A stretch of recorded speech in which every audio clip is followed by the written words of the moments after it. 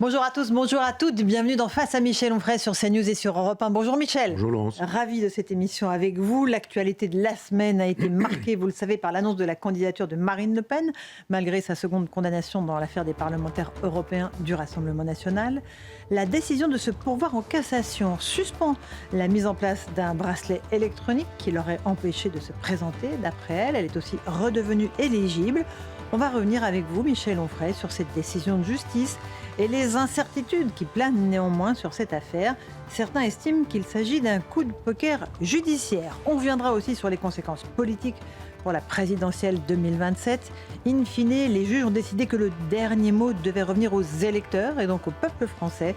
Qu'en pensez-vous ? Je m'en doute un peu, on vous entendra.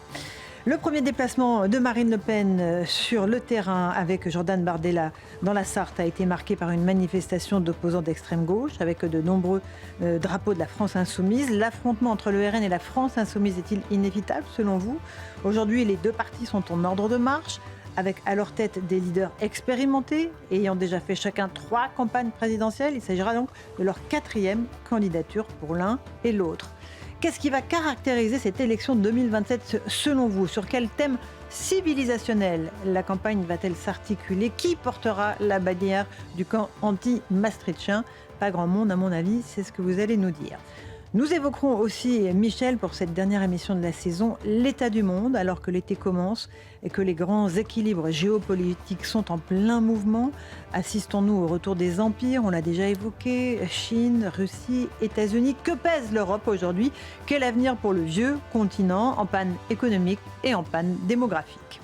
Vous nous raconterez aussi, Michel, et ça c'est un petit cadeau que vous nous faites, votre séjour sur le porte-avions Charles de Gaulle, une expérience inoubliable de quelques jours qui vous a permis de côtoyer ceux qui nous défendent, l'armée française, qui sera bien sûr à l'honneur lors du défilé du 14 juillet.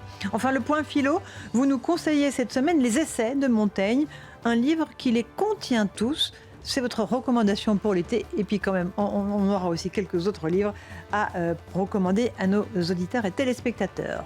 Et on va commencer, Michel, par Marine Le Pen, condamnée mais candidate. Elle a décidé de se présenter malgré la décision de la Cour d'appel dans l'affaire des parlementaires européens. Elle a été condamnée à 3 ans de prison, dont 1 an sous bracelet, 100 000 € d'amende, 45 mois d'inéligibilité, dont 30 avec sursis. Ça veut dire que les 15 mois restants ont déjà été couverts. Et donc, la Cour de cassation, avec ce pourvoi, lui rend son éligibilité. Est-ce qu'elle joue la montre ? C'est ce que disent certains de ses détracteurs. Écoutez ce qu'elle a répondu lors d'un premier déplacement de campagne dans la Sarthe. Non, je ne joue pas la montre. Je suis une citoyenne qui use de ses droits, des droits que l'état de droit, que mes adversaires ont souvent à la bouche, offre à tout justiciable. Et par conséquent, j'effectue un pourvoi car je suis innocente des faits qui me sont reprochés et que je saisis la Cour de cassation pour lui soumettre un problème juridique qui est un problème juridique extrêmement sérieux. Mais je vous rappelle que la Cour d'appel m'a rendu mon éligibilité. Elle m'a rendu mon éligibilité. Je suis donc aujourd'hui éligible. Voilà pour Marine Le Pen. Qu'est-ce que vous en pensez, Michel, sur cette affaire d'éligibilité, de jouer la montre, et finalement que ce soit au peuple français de prendre la décision de savoir si Marine Le Pen peut se présenter ou pas ? Oui, il y a plusieurs niveaux de lecture, bien sûr. C'est-à-dire qu'il y a une vraie culpabilité. On l'a bien vu avec Mélenchon, on l'a bien vu avec Bayrou. Et c'est un peu compliqué quand on fait de la politique de dire là, quand je fais de la politique, c'est pour l'Europe. Là, pour la politique que je fais, c'est pour le Rassemblement national, mais c'est Paris. Là, c'est pour etc., etc. Ce sont des gens qui sont des militants, c'est-à-dire qu'ils travaillent 10 heures par jour, tout parti confondu, hein, entendons-nous bien là-dessus. Et c'est assez difficile de pouvoir dire, il y a un ticket de déjeuner, vous avez rencontré quelqu'un, vous avez une facture, et vous dites oui, j'ai parlé, mais vous avez parlé de quel sujet, et quand, et combien de temps dans la totalité. On voit bien que là, c'est un peu compliqué d'aller chercher des pots dans la tête de chacun pour essayer d'en faire un justiciable, faire de telle sorte qu'on puisse le tenir. En disant, pour certains, ça va être, c'était pas bien, mais vous pouvez continuer. Pour d'autres, c'est, on n'a rien vu, on siffle en l'air, et la tête en l'air. Et pour d'autres, on dit, ah, mais ça, on va vous interdire d'être proprement candidate. Ça, c'est une chose. Donc, on voit bien qu'il y a des traitements différents des justiciables et que le traitement il est politique. Mais enfin ça c'est pas nouveau. Je n'accable pas la justice française en le disant. C'est comme ça depuis que la justice est justice. Depuis qu'il y a des avocats, depuis qu'il y a Cicéron, depuis qu'on sait comment tout ça fonctionne, vous pouvez, avec votre rhétorique, votre sophistique, votre parole, embarquer des affaires, condamner des innocents et puis innocenter des coupables. Donc ça, c'est aussi vieux que le monde. Donc il n'y a pas de raison de dire qu'aujourd'hui, ça aurait disparu. Donc qu'il y ait de la politique politicienne, ça me paraît évident aussi. Les juges n'en sont pas moins hommes et femmes, avec leurs avis, leurs idées. Il y a eu jadis des gens qui étaient formés à l'ancienne, à la romaine, je dirais, avec le sens de l'intérêt général et du bien public, et qui étaient capables de décider d'une chose contre leur intérêt personnel, mais simplement, c'était l'intérêt de la France, c'était ainsi. Ça, le moule est cassé, et il n'y a plus beaucoup de gens comme ça. Donc on voit bien qu'il n'y a pas eu d'enrichissement personnel chez Marine Le Pen, que c'est de la tambouille de politique politicienne où vous avez des fiches de salaire, on n'arrive pas forcément à faire la part dans le pâté d'alouette, de l'alouette et du cheval. Donc, ça, c'est l'affaire, effectivement, ça, c'est l'affaire. Des parlementaires. Après, évidemment, ira pas. Il y a des gens qui ont dit bien sûr qu'elle n'ira pas, et puis je n'aurais pas la cruauté de donner les noms. Je n'aurais d'ailleurs pas la cruauté parce que j'aurais fait partie de ceux qui l'auraient dit. Oui. Et donc, aujourd'hui... Parce qu'il y a un aléa judiciaire quand même. C'est-à-dire qu'il y aura quand même une décision de justice qui interviendra avant la présidentielle, avec la Cour de cassation. Oui, mais la justice est au service de l'idéologie. Donc on verra bien qui fera comment et de quelle manière. Donc il y a des gens qui ont intérêt, parce que contrairement aux éléments de langage, je l'ai dit sur votre plateau il y a quelques jours, mais les éléments de langage du Rassemblement national qui nous dit non, il n'y a pas l'épaisseur d'une feuille de cigarette entre Marine Le Pen et Jordan Bardella, c'est faux. C'est faux. Il y a une aile droite et une aile gauche. Et cette aile droite et cette aile gauche, c'est malin de sa part de dire d'abord qu'il n'y a pas d'aile droite et il n'y a pas d'aile gauche, qu'il n'y a pas de courant, mais c'est une façon de ratisser large en termes de politique. Vous avez, on l'a bien vu, le MEDEF était intéressé par Jordan Bardella, un certain nombre de patrons, d'entrepreneurs, ils sont sur cette logique d'une ligne libérale, libérer le travail, etc., etc. C'est une option. Donc ce n'est pas la même chose pour vous, Jordan Bardella et Marine Le Pen. C'est pas la même chose. Le Rassemblement national a intérêt à dire que c'est la même chose, mais c'est faux. C'est la même chose qu'entre Rocard et Chevènement, si vous voulez. Il y avait dans le Parti socialiste un Rocard à l'aile droite, un Chevènement à l'aile gauche, un Mitterrand au centre, et puis etc. Elle a pris le parti intéressant pour elle, je dirais, de dire, mais non, c'est exactement la même chose. Sauf que c'est pas la même chose. Et d'ailleurs, on voit bien Éric Zemmour ou quelques autres qui nous disent qu'elle est socialiste, que son programme est socialiste. Certains disent que son programme est communiste. Donc on voit bien en tout cas, on voit bien que c'est pas du tout la même chose. Donc évidemment, on a intérêt à choisir, le système a intérêt à choisir quelqu'un qui s'appelle Le Pen d'abord. C'est le nom du diable, Marine Le Pen, depuis 50 ans. D'accord. Quand vous dites le système, c'est quoi ? C'est un certain nombre de gens qui ont intérêt à ce que ça continue comme ça fonctionne actuellement. Les gens qui sont au pouvoir, de droite et de gauche. Ceux que j'appelle, et ça vous fait sourire, les maastrichtiens. Ceux qui ont intérêt à ce que le système fonctionne comme il fonctionne. En disant, l'élection a eu lieu, ce sont les mêmes qui dirigent le service public. Et il faut que rien ne change, voilà. Il faut que rien ne change pour qu'on puisse continuer à dire, ça va, on a, je ne sais pas compter, mais depuis 1983 que Mitterrand fait son virage libéral, on est au pouvoir depuis 1983, il faut que ça dure. Ce sont les apparatchiks d'un régime qui ne veulent pas que ça bouge et qui se disent le peuple nous gêne, le peuple nous embête, le peuple nous ennuie. Donc Marine Le Pen, elle est intéressante parce qu'elle est clivante. Elle est clivante par son nom et elle est clivante par son projet politique. Jordan Bardella l'était moins parce qu'on voyait bien que les sirènes du côté de Retailleau pouvaient faire une alliance avec Retailleau, cette droite-là, puis d'autres individus qui peut-être, républicains, peut-être François-Xavier Bellamy, auraient pu dire après tout, finissons par s'entendre puisqu'un jour il va falloir qu'on s'entende. Et on aurait eu peut-être une Marion Maréchal qui, etc. Peut-être aussi Éric Zemmour, je ne sais pas. C'est-à-dire que des unions de la droite étaient possibles ou pensables, peut-être même avant le premier tour, de sorte que la puissance était encore plus forte, et il fallait casser cette puissance. Donc déjà, agresser le nom en disant « elle est la fille de son père c'est la Waffen-SS », on connaît le manque d'intelligence de ceux qui nous disent que si ce n'est toi, c'est donc ton père, et elle a pu changer le nom du parti, changer les options du parti sur la question de l'homosexualité, sur la question d'Israël, sur la question de la politique étrangère, etc. Dire exactement le contraire de son père, avoir mis son père à la porte du parti, elle est de toute façon coupable de ça. Et donc, le nom est intéressant. On va pouvoir ressortir la poupée, les aiguilles en disant une Le Pen, encore une Le Pen, une quatrième fois Le Pen, et puis quatrième fois pour elle, plus son père. Oui, donc vous ajoutez, vous dites, mais regardez, ils sont aux élections depuis tant d'années. Tout ça, ça va faire partie des arguments. Et il y a une jeune génération qui est biberonnée à la haine du nom de Le Pen.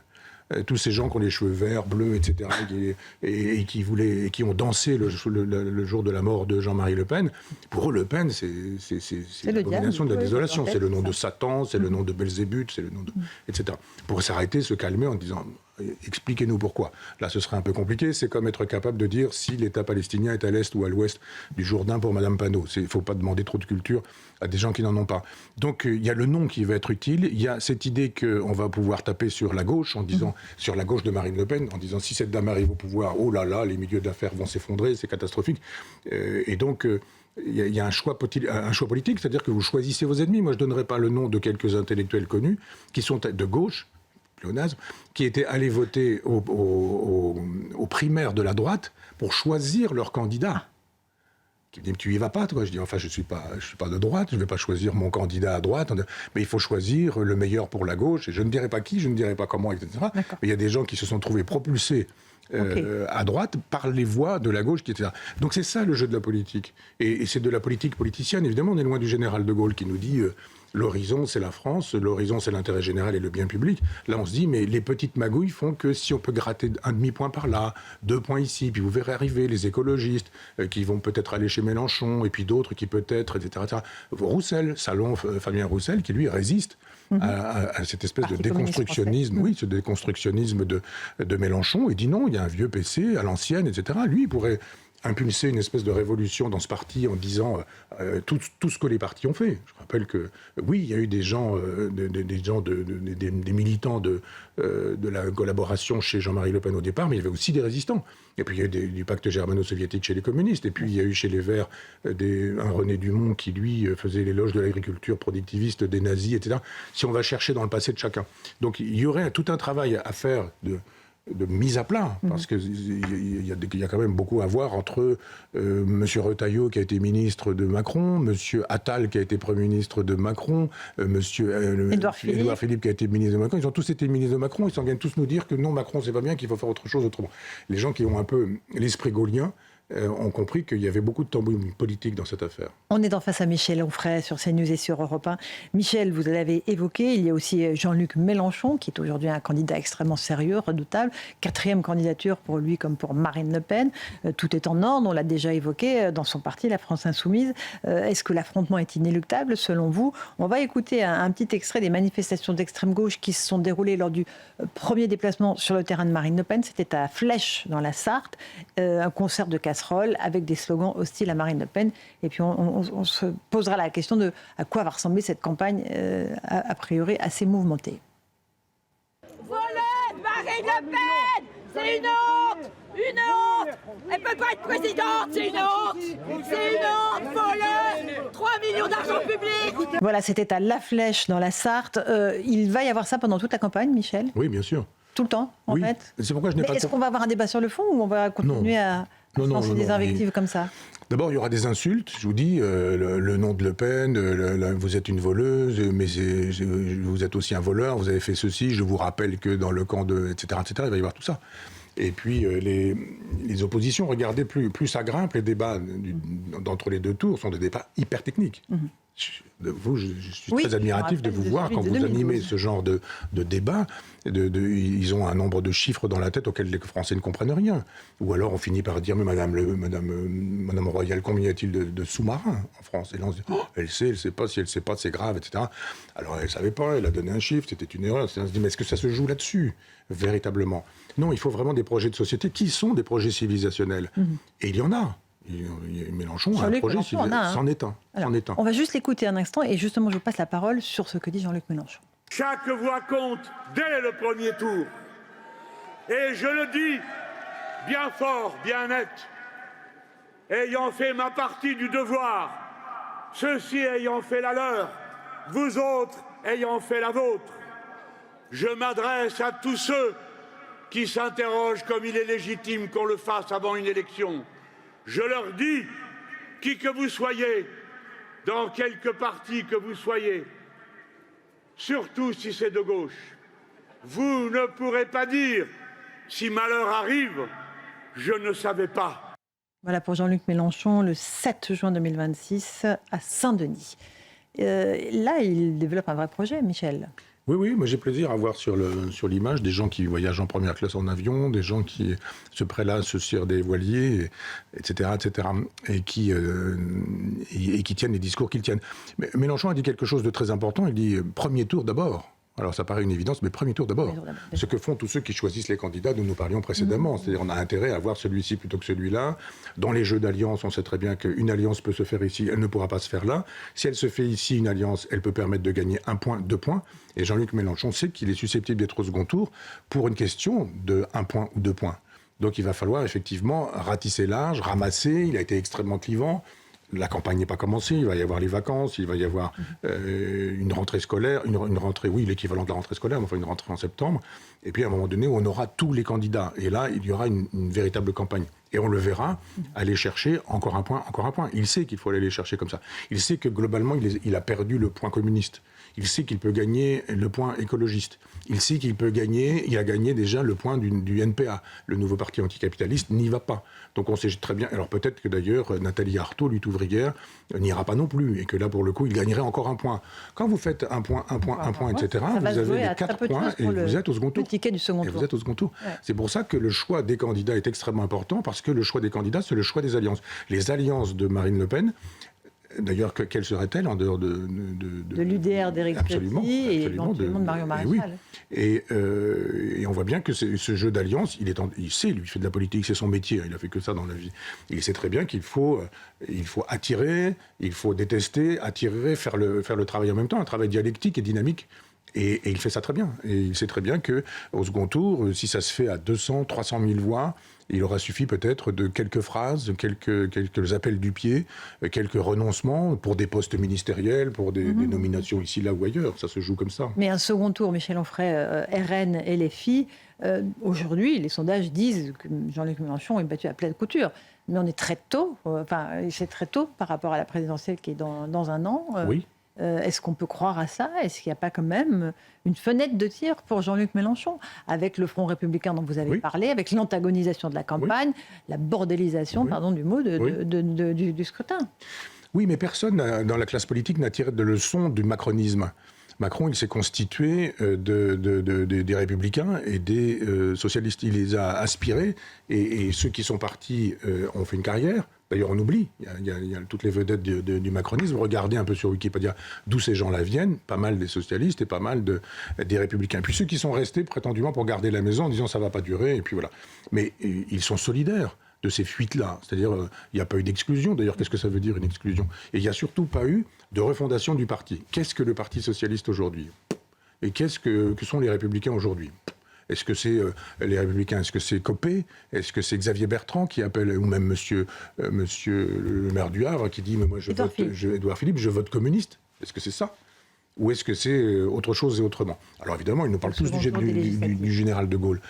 Donc il y a un défaut de travail chez les politiciens de profession, parce qu'ils ont juste envie d'avoir des postes, alors qu'on devrait pouvoir créer un corpus.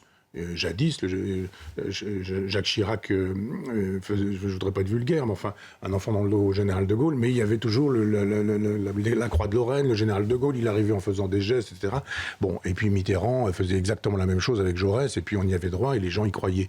Mais il faut recréer des mythologies, et elles ne sont pas recréées. Et là, on a juste des histoires de gens qui ont fait des carrières. J'ai été un petit peu ministre chez Macron, mais je l'étais sans l'aide tout en ne l'étant pas, ça s'appelait une cohabitation. Mais j'ai fait un maximum de choses, on ne le dit pas, j'ai été extrêmement utile, etc. etc. Non, ça ne peut pas marcher longtemps comme ça. Les gens, ils ont juste envie d'individus qui n'auraient pas mis les mains dans le sac depuis longtemps. Donc c'est RN et les filles, ce que vous nous décrivez. Eh oui. Mais avec un projet de rupture pour l'un ou pour l'autre? De rupture avec le système. Ah bah oui.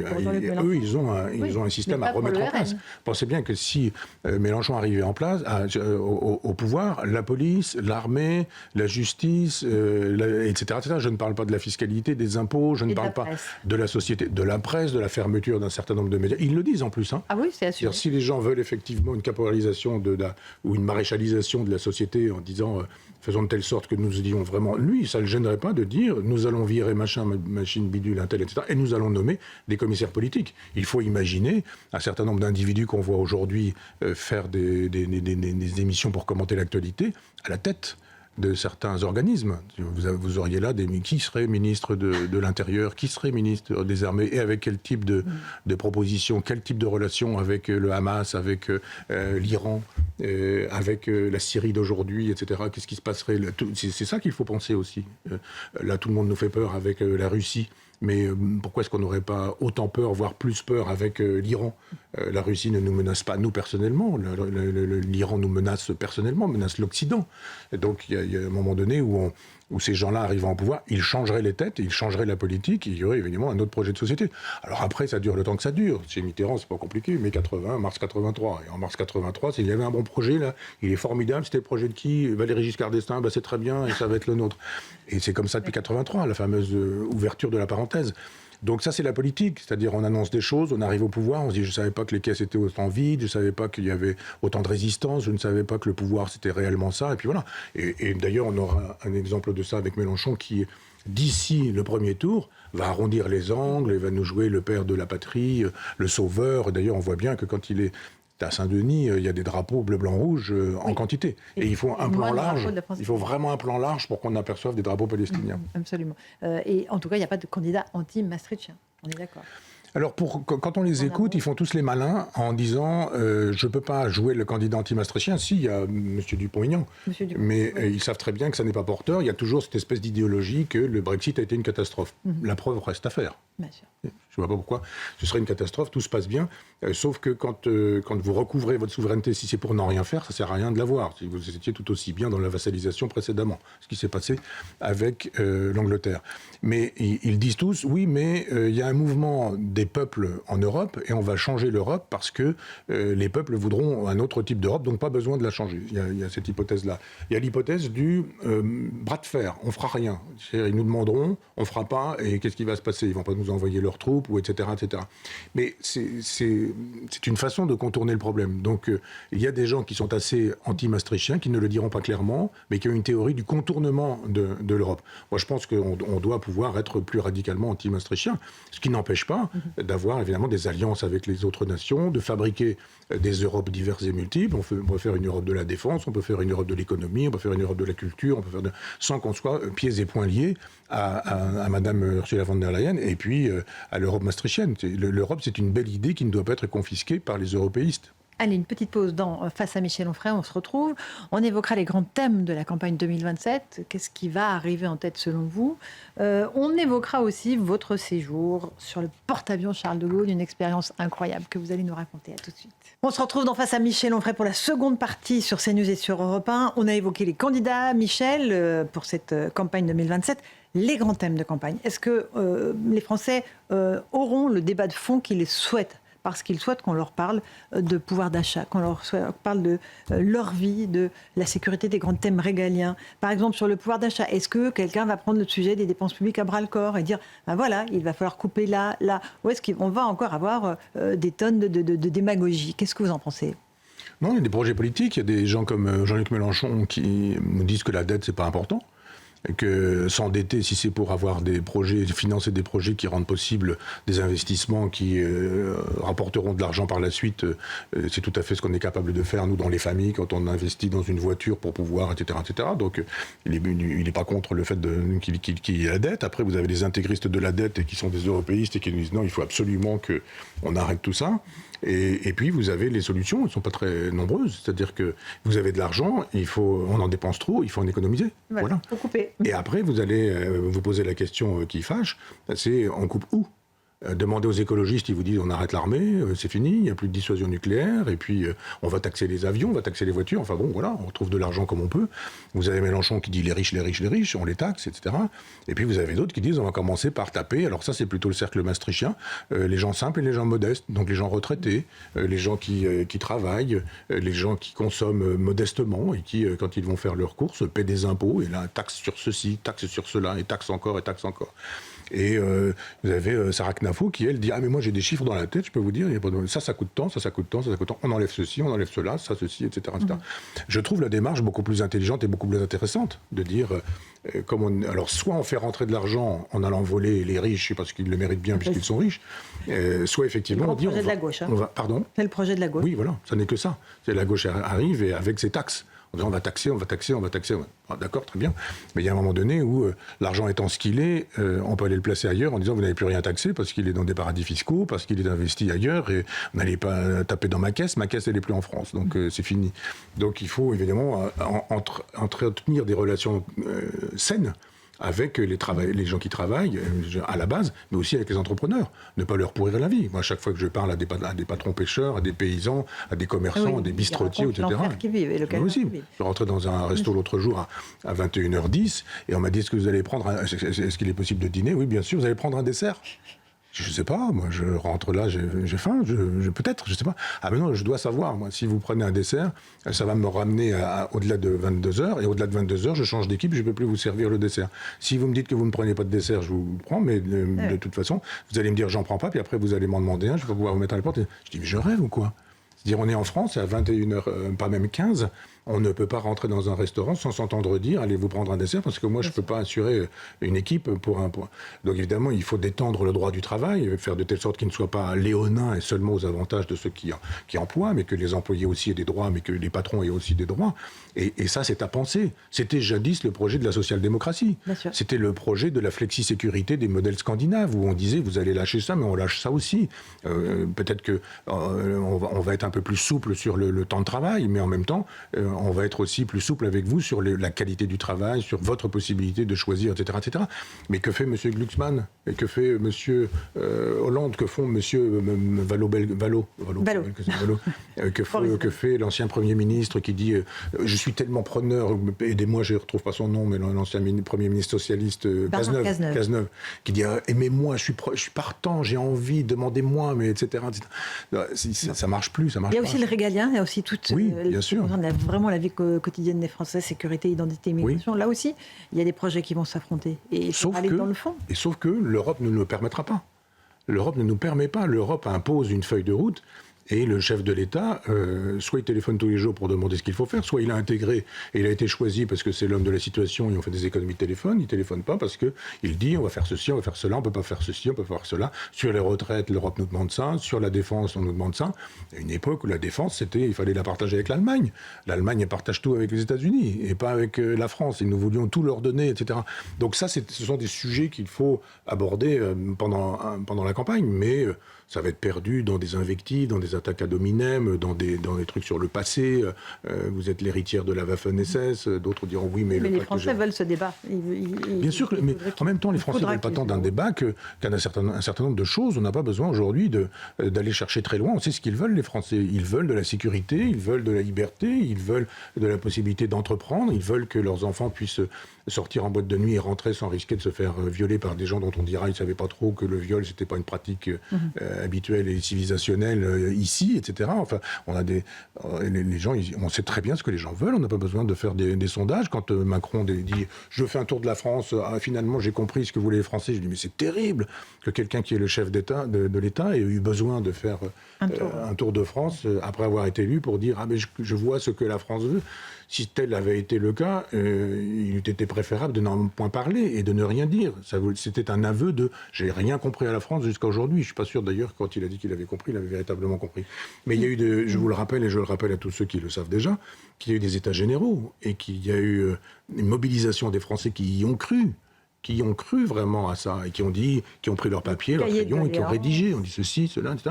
Ces cahiers de doléances, ils sont où? On en a fait quoi? Il y a un projet dans ce cahier de doléances, ou alors on ne demande pas aux gens. On sait très bien que Macron demande et dit « Je vous pose la question, si vous me faites une bonne réponse, je la valide, si vous me faites une mauvaise réponse, je la jette à la poubelle. » Et il a fait ça à chaque fois qu'il a perdu aux élections, c'est-à-dire toutes sauf les 2 présidentielles. Et il a dit « Ah, vous avez voté contre moi aux législatives après la dissolution, et bien tant pis, je vais choisir ceux qui sont arrivés les derniers, etc. » Mais aller chercher ces documents qui sont formidables et qui sont les résultats des états généraux des Français sollicités, et puis faites le programme si vous voulez être vraiment démocrate, c'est-à-dire au sens étymologique, estimer que la souveraineté, elle est dans le peuple. Michel Onfray, vous avez fait un voyage extraordinaire que vous allez nous conter à présent, un passage sur le porte-avions Charles de Gaulle. Incroyable. Qu'est-ce que vous avez vécu sur place? Une expérience extraordinaire. D'abord, je remercie les 2 amis dont je ne donnerai pas le nom, qui ont rendu possible cette expérience extraordinaire. C'est une vraie expérience existentielle, vraiment. C'est-à-dire que c'était il y a 2 ou 3 ans, avec des amis à qui j'avais dit ah oui, j'adorerais. Ils m'ont dit bon, on va essayer de mettre ça sur pied. Point. Et puis, il y a 8-10 jours, on me dit tel jour, telle date, telle heure, à l'aéroport, tel endroit, en Crète, on viendra en hélicoptère vous chercher, d'où ça vient, etc. Ça, c'est l'armée française.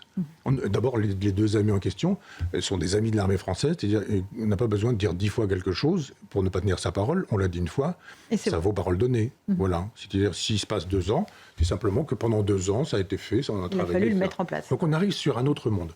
D'abord, on arrive là, il y a quelques individus qui sont en garde à vous, c'est toujours très impressionnant, je n'ai pas l'impression de mériter des gardes à vous, mais enfin, ça m'honore.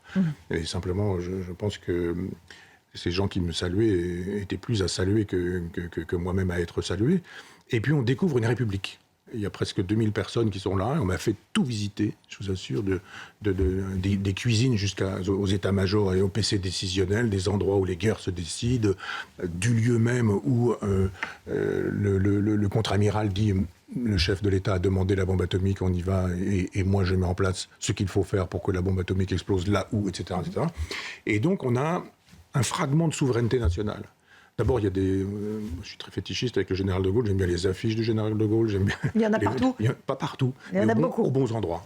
D'abord, ça s'appelle Charles de Gaulle. Charles de Gaulle. Mais ensuite, effectivement, l'endroit où nous avons pris nos petits déjeuners, nos dîners, etc., il y avait effectivement statue du général de Gaulle, bleu, blanc, rouge, etc. Enfin, tout ça me touche beaucoup. Et je me dis, effectivement, l'esprit du général est là.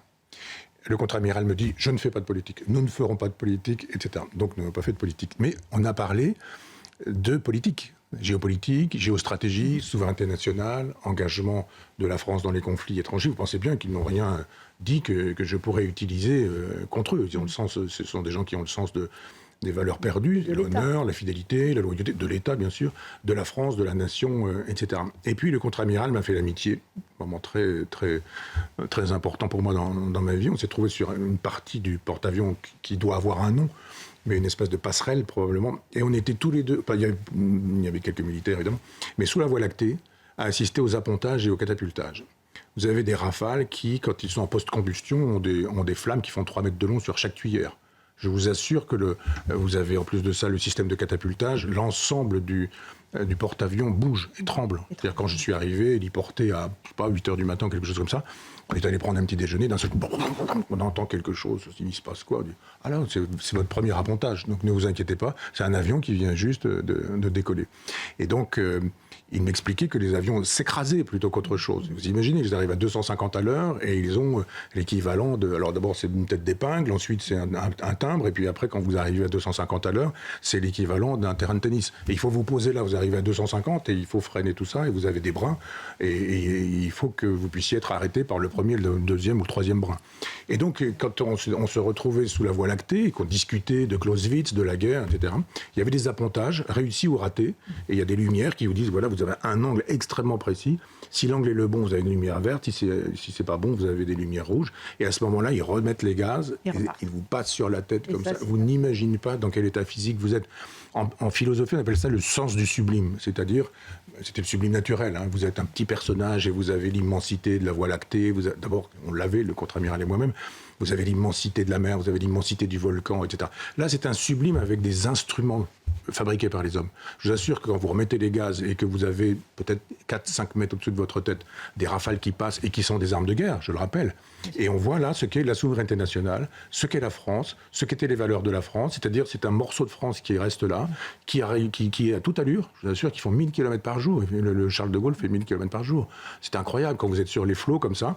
Le bateau, gîte, tangage, houle, etc. C'est-à-dire que quand vous arrivez avec votre avion, il faut que vous vous posiez sur un terrain de tennis qui bouge dans tous les sens. C'est-à-dire, et vous avez là des pilotes qui sont des gens extraordinaires qui garantissent notre sécurité.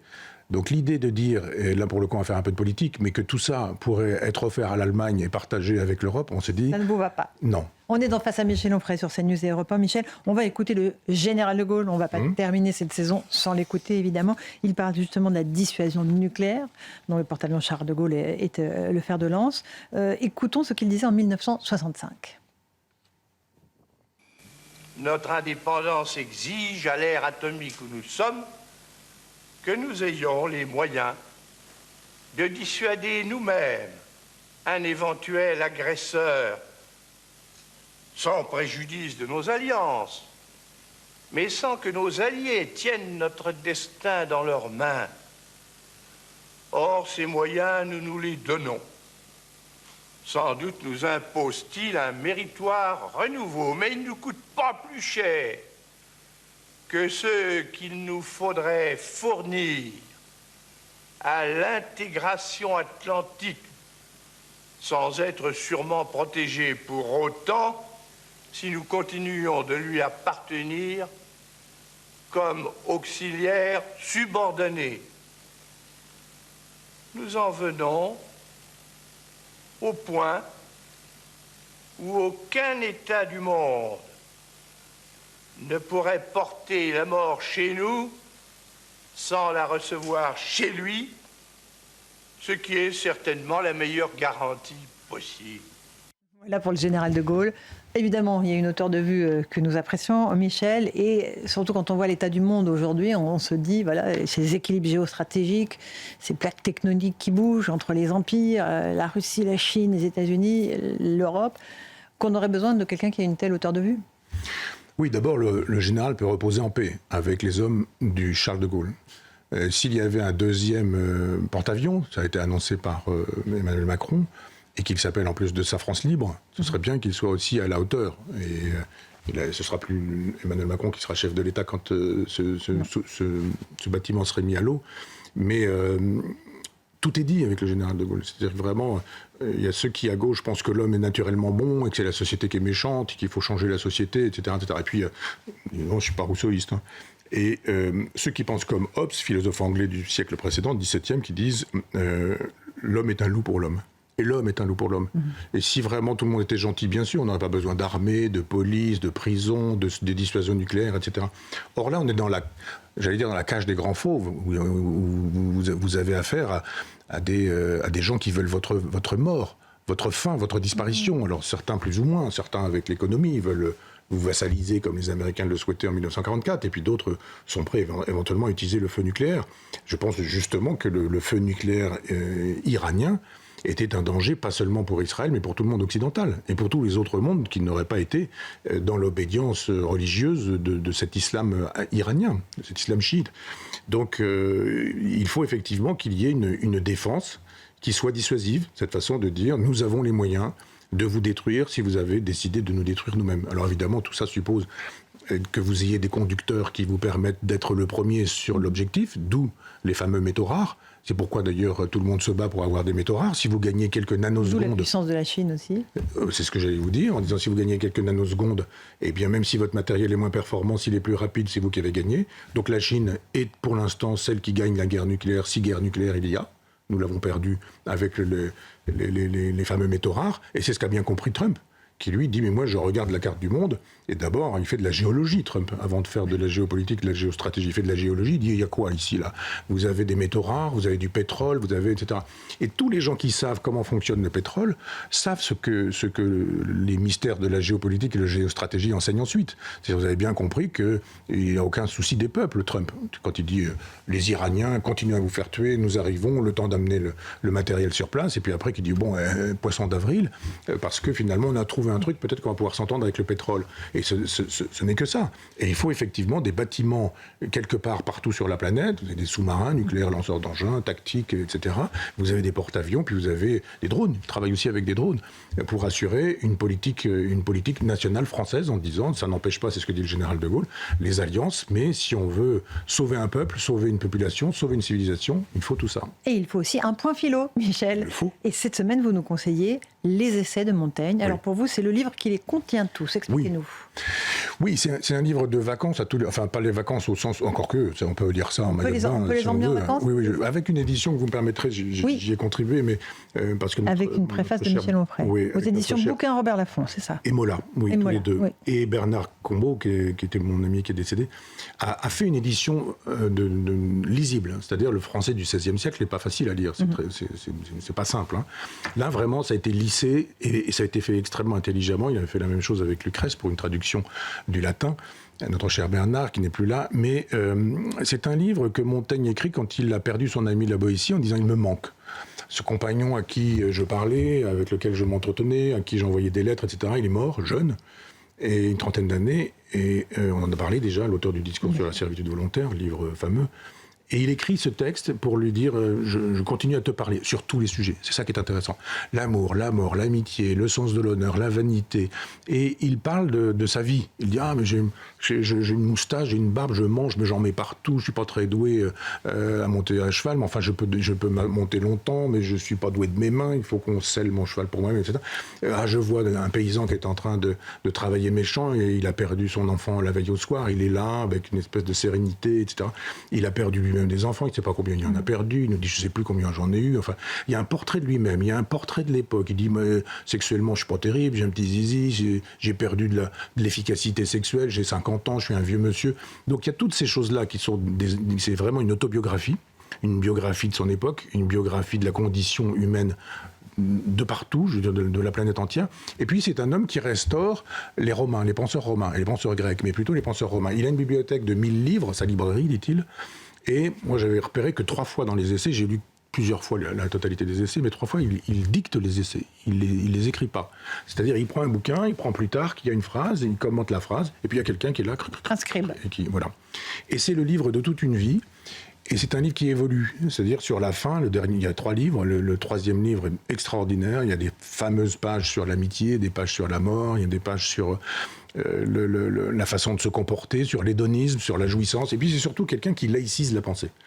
Et il y a une ligne de fracture, vous avez 10 siècles, un peu plus de 10 siècles, de philosophie catholique, religieuse. Il faut se demander comment la Sainte Trinité est possible, comment la virginité de Marie était possible, pourquoi est-ce qu'avec une hostie on a le corps du Christ, etc. Et lui, d'un seul coup, il dit on ouvre la fenêtre, oui, Dieu existe, mais arrêtez de nous embêter avec ça. Et c'est la vie qui est importante, vivre à propos. Il dit, c'est le grand et glorieux chef-d'œuvre, vivre à propos. C'est-à-dire que, oui, d'accord, on croit en Dieu, oui, on fait ses prières, oui, on va à l'église, d'accord, mais c'est pas ça qui est important, c'est comment vivre dans cette vie pour ne pas être malheureux. Et c'est la première fois que, et là j'ai fait une préface substantielle, enfin quand je dis substantielle en quantité de texte, où je montre qu'il invente presque tout ce qui va fabriquer la modernité, sur le rapport aux étrangers, qu'on appelle les barbares, sur le rapport aux femmes. Il dit oui, les femmes sont inférieures, mais parce qu'elles sont éduquées comme telles. Elles ne sont pas naturellement inférieures. Si vous les éduquez autrement, elles seront égales aux hommes et supérieures, même s'il le faut. Et il le dit sur le rapport aux enfants. Il y a des choses sur l'éducation et la pédagogie. Il dit les enfants ne sont pas des petits adultes, mais en même temps, voilà comment il faut travailler à la tête bien faite plutôt que bien pleine. Et donc, c'est quelque chose qu'on doit pouvoir lire toute une vie. C'est pour ça que je dis démarrer avec les vacances. On peut partir vous en vacances. Continuerez ensuite. Alors, on peut partir en vacances sur la plage, puis on peut aussi méditer. Et quand on a perdu quelqu'un qu'on aime, sur les réflexions sur la mort, c'est utile. Quand on veut penser la question du suicide, c'est utile. La question de la lecture, c'est utile. Tous les sujets sont abordés et avec beaucoup d'humour. On le recommande. Et puis on recommande aussi peut-être vos ouvrages qui vont venir, mon cher Michel. Il y en a 2 qu'on va citer. Un De Gaulle Malraux, alors, passionnant, qui va sortir, je crois, à la fin de l'année 2026, c'est ça ? À la rentrée, là, oui. À la rentrée, oui. okay. Ça s'appelle Une nouvelle chevalerie. D'accord. Et qui est sous-titré De Gaulle Malraux et la civilisation. Bon. Et le deuxième, sera en 2027, là, si j'ai bien compris. Janvier, théoriquement. Janvier. Le peuple providentiel, que vous avez coécrit avec Maxime Lenagar et l'IA, l'intelligence artificielle. Oui. Racontez-nous en un mot, il nous reste 1 minute. Oui, j'utilise l'intelligence artificielle pour des usages techniques, c'est-à-dire des usages d'index. Par exemple, quel père de l'Église a traité la question de l'Eucharistie au VIe siècle ? Là, vous demandez et vous avez une réponse. Parfois, vous avez passé un temps fou à chercher et là, vous cherchez. Ça ne vous dispense pas de lire. Donc, un jour, je me suis dit, mais quel serait le programme politique des présidentielles de Michel Onfray, de Michel Onfray ? Et là, j'ai été stupéfait des résultats.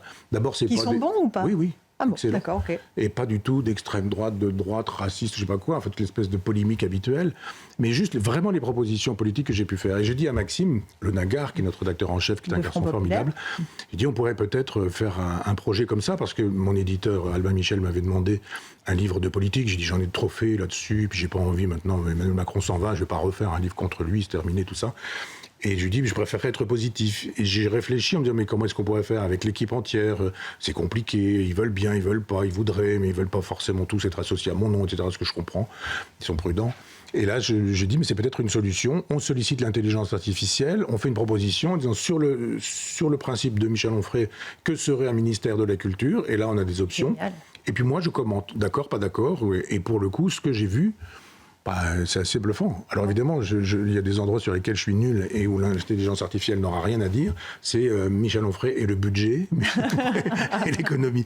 Donc on verra bien. Et à ce moment-là, je développerai moi des choses. Un programme présidentiel. Mais alors d'abord, moi je suis contre les gens qui... Alors quand il faut y aller, il faut voter pour qui? Je dis mais arrêtez avec l'homme providentiel. Et je crois au peuple providentiel. Donc ça c'est le titre. Et puis un projet politique, un programme pour les présidentielles. Non pas, je le dis dès à présent, je n'ai pas l'envie d'y aller. Je n'ai pas envie de soutenir un candidat, j'ai envie que ça puisse être utile et que ça puisse être utile à la France. Merci beaucoup Michel Onfray, c'était un bonheur cette saison passée en votre compagnie, nos téléspectateurs et nos auditeurs aussi. On vous retrouve d'ailleurs tout l'été avec des rediffusions des meilleurs moments de Face à Michel Onfray et on se dit à la rentrée. À la rentrée. Merci à vous tous.